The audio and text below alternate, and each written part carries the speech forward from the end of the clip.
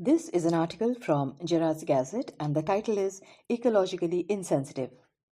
A team from the Union Ministry of Environment and Forests was down in Goa this week on the request of the state government, which has sought the removal of 21 villages from the 104 villages provisionally identified as ecologically sensitive areas into bracket ESA for falling within the biologically diverse Western Ghats.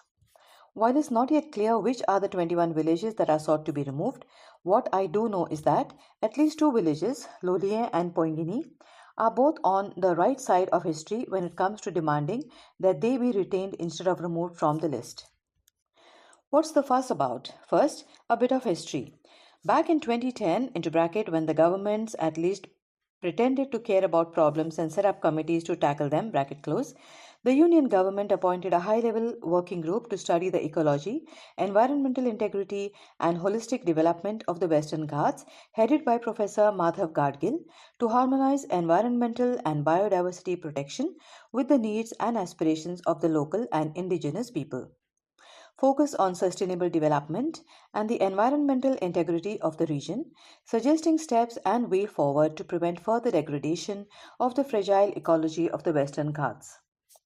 The group known as the Western Ghats Ecology Expert Panel into bracket WGEEP bracket close, which included Goan Professor Dr. Ligia Narona, the present UN Assistant Secretary General and Head of UNEP, submitted its report to the Ministry on 15th April 2013, which identified approximately 37% of the Western Ghats as ecologically sensitive, which covers an area of 59,940 square kilometers, and recommended the prohibition or regulation of activities that have maximum interventionist and destructive impacts on ecosystems.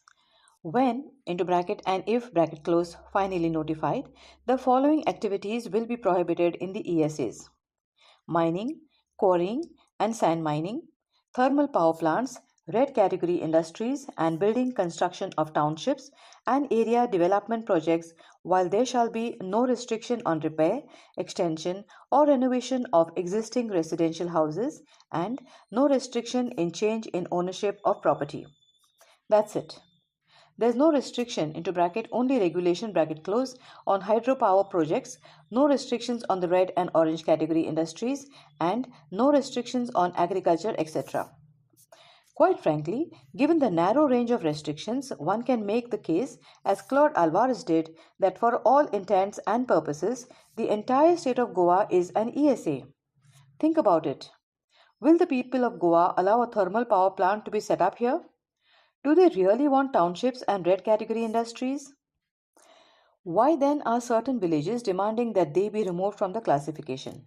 It would be easy to say that they are being misled by their local politicians who have instilled a fear in them that if such classification is realized, they would need an NOC from the forest department even if they wanted to repair their houses, continue with agriculture, etc.